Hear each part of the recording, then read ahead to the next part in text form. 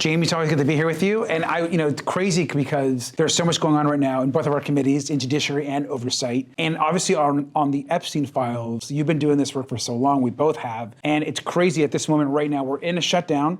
And Mike Johnson won't bring the Congress in because he does not want a seat at Alita Grijalva, who would be the 218th vote to get those Epstein files out to the public. This is a shutdown, not just about healthcare, but also about the Epstein files. It's an Epstein shutdown all the way. That's right.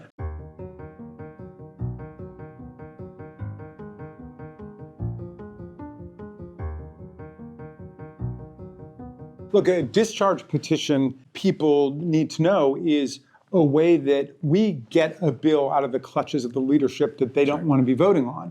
And we've got a strong bipartisan majority that will want to vote on that. We've got 217 signatures on it, right? All we need is one more signature, and we've got that. In Ms. Grijalva, who was elected from Arizona, they're not swearing her in. I mean, it's unbelievable. Crazy. I mean, and this is, I've been saying, like, stop the shutdown, release the Epstein files. And if people need to know that Mike Johnson and Donald Trump, they're scared of the Congress coming back because they're scared of the investigation in both of our committees. The reality is that our institutions are all being attacked.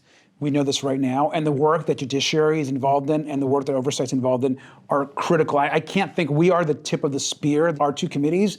I honestly believe in keeping Trump accountable, saving our democracy, saving our justice system. Look, they're demolishing the healthcare system in America, and they are, and we're fighting it. They shut down the government, and they did, and we are fighting to reopen the government. But we can't lose sight of the Epstein file because that is a story about profound corruption of the judicial system, of the legal system, and the way that the rich and the powerful get to exploit other human beings, prostitute other human beings, and get away with it because of the way that they get to work the system.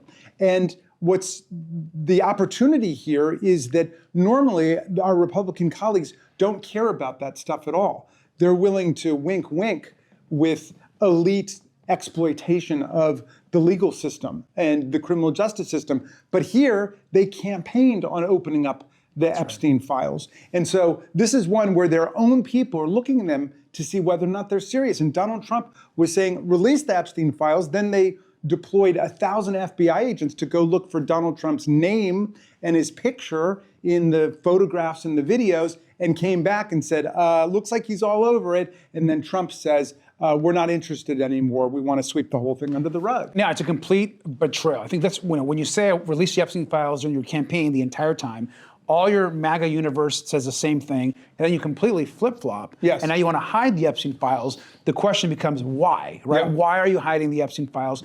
Why did Pam Bondi say, oh, they're on my desk, and then, of course, now trying to hide the actual release? There's got to be a reason there.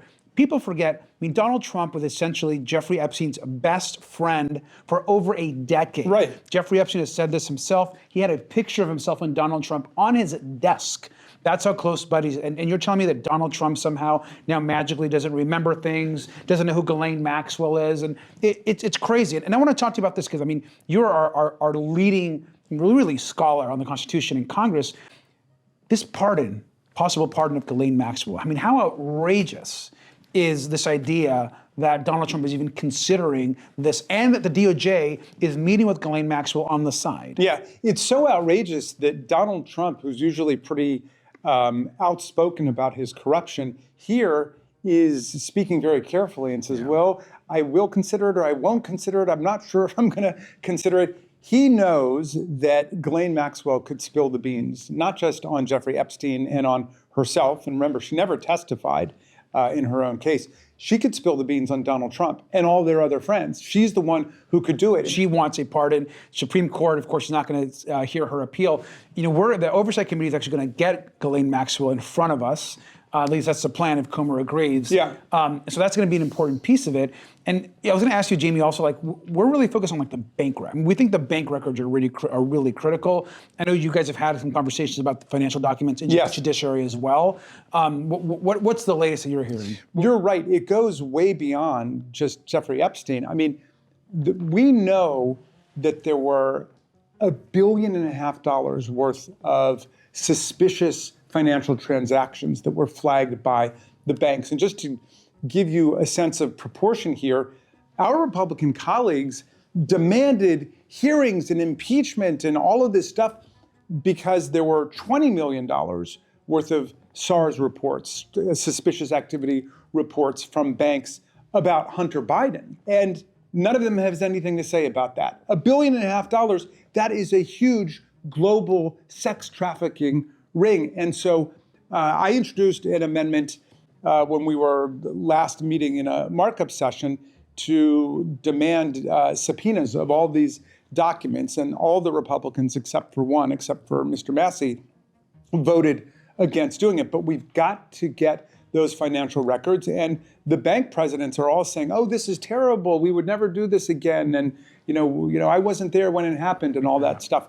Well, if they really feel bad about it, they can just turn over the records to the Democrats right now, because we're demanding that. And I think what the heads of the banks need to understand right now is, look, Republicans aren't going to be in power forever. And so they've got to be responsible to their members, to their shareholders, and understand that the truth in this case is critically important. And the reason it's important is because this is an ongoing cover-up of crimes that took place, and for all we know, are still taking place. That's exactly today. right. And we need to ensure, I think it was so critical that people need to understand that crimes can still be occurring right now.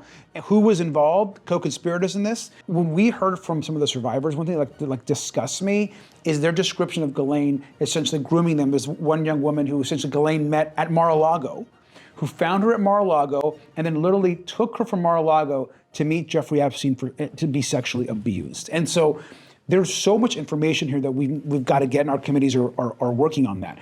The other thing I think is really, really critical right now around Epstein, and what people need to understand, is that there right now are so many women, girls around this country, around the world, that are looking at us and are thinking, is this going to happen to me and no one is going to be held accountable?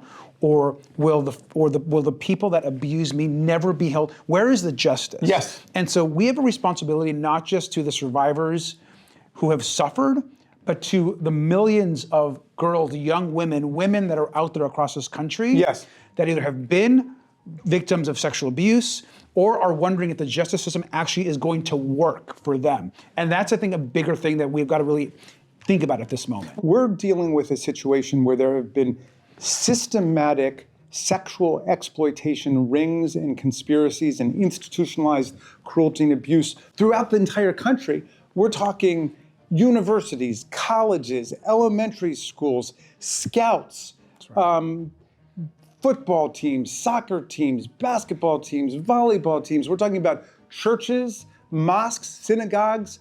I don't know that there are any religions that have been exempt from this crisis. This is institutionalized sexual abuse of girls and boys, young people, and then cover-ups that follow in its wake. And we've got to demonstrate that we're not going to allow any more cover-ups. And we have a bipartisan majority that's demanding real transparency here. And you're right, we've got to send the message that we don't accept this. Meantime, the Trump administration is dismantling the anti-human trafficking infrastructure of the government at the Homeland Security, at the State Department, at the Agency for International Development. They're making it impossible for the government to crack down on international human sex trafficking rings. And all signs point back to the White House. Yeah. And so that's what this is about. And so I'm excited to continue this work with you. Thanks for everything you're doing, Robert. Thanks, Jamie. Of course, you too. And we're going to keep going. You too.